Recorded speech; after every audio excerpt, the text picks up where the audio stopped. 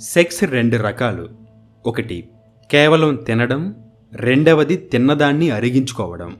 కానీ చాలామంది చేసే సెక్స్ ఎలాంటిదంటే కేవలం తినడం, వెంటనే వాంతి చేసుకోవడం. ఇలా నువ్వు వాంతి చేసుకోవడం వల్ల మరలా నీకు తినాలనిపిస్తుంది. ఎందుకంటే అక్కడ తిన్న ఆహారం జీర్ణం కాలేదు కాబట్టి.